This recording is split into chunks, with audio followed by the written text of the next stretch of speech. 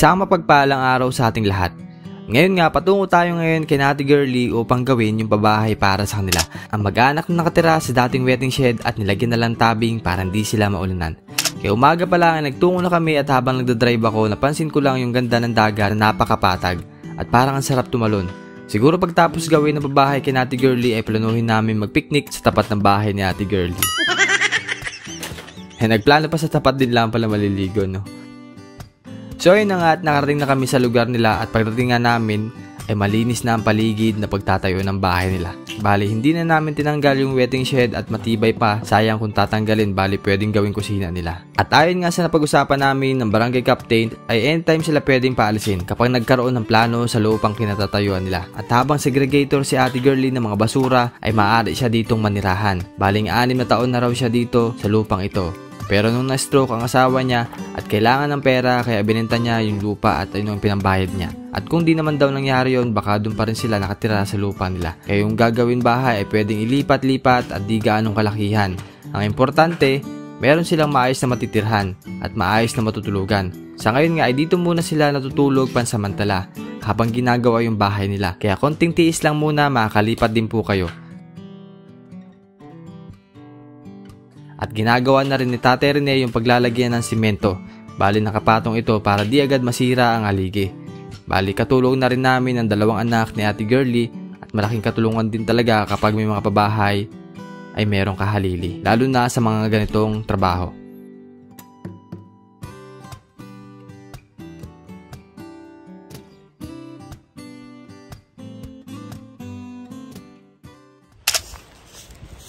So yun nga mga babayan at sinimulan na namin yung paggawa ng bahay ni Ate Girlie dito at yun, so naggawa kami kanina ng pang molde para dun sa paglalagyan ng haligi. Ayan, so bali nahukayan na rin ni magkapatid, anak ni Ate Girlie, itong paglalagyan ng haligi. Ayan. So bali ang sukat nito ay 10 feet by 10 feet. Ayan. So hindi naman yung typical na pinapagawa natin na pabahay na merong sunggab po dito kasi hindi na namin tatanggalin tong waiting shed dahil sayang naman. Gagawin na lang tong kusina. Ayan. Maganda pa naman kasi pipinturahan na lang namin yung waiting shed after nung may lagay po yung bahay. Ayan.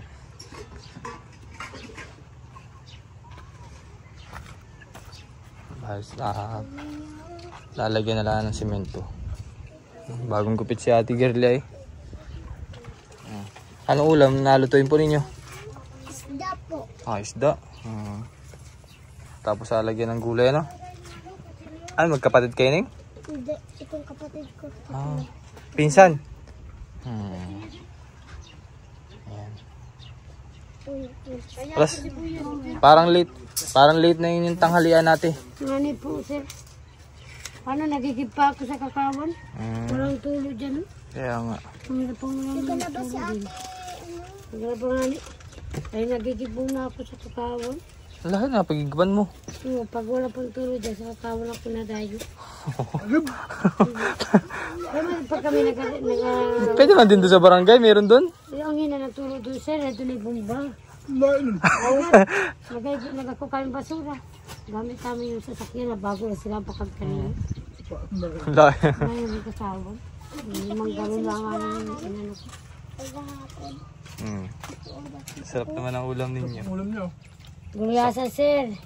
Ito po, dito po. Opo. Patingin daw. 260 ang kilo. Lagyan natin dito. Aba. Sarap yan sa toyo at kalamansi ate, no? Nasabay pa sa init ng araw yung sabaw. Wait lang ang luto namin. Yung oras na. Kaya nga niya, alas 12 na. Awat pa yan, sir. Si Mia. Ayan. May-interview din ako sa munisipyo kanina, kaya tagal. Natawag pa ako. Dito din sa bahay.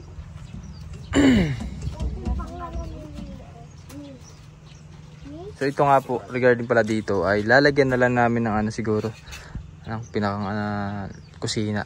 Para malagyan din po ng lutuan nila. So gagawin na lang tong kusina, yung waiting shed. So yun nga, ang problema lang dito ay pinapatirik lang din sila. Anytime ay pwedeng tanggalin yung pinakang-bahay nila para may matulugan sila ng maayos. Kwarto lang pong magagawa natin para safe din lang naman yung mag-anak.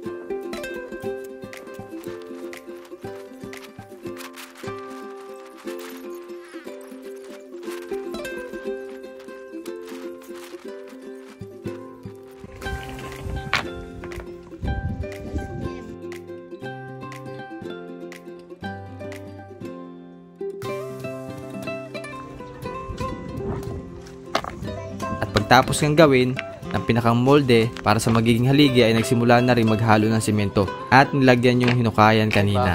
At hanggang dito na lang muna ang update natin sa pinapagawang pabahay dahil papatayuin po muna yung simento bago lagyan ng haligi. Pero bago magtapos, nagpapasalamat muli ako sa ating sponsor na sina Ma'am Sisi and KP sa tulong kay Ate Girly. At ganun na rin po kay na Ma'am Betty, Ma'am Alory, Tito Dads, Ma'am Nida, Ma'am Amy at sa lahat ng mga anonymous sponsors natin, maraming salamat po. Mag-ingat po kayo palagi at ganoon din sa aking mga kaibigan. Salamat sa inyong pagsuporta.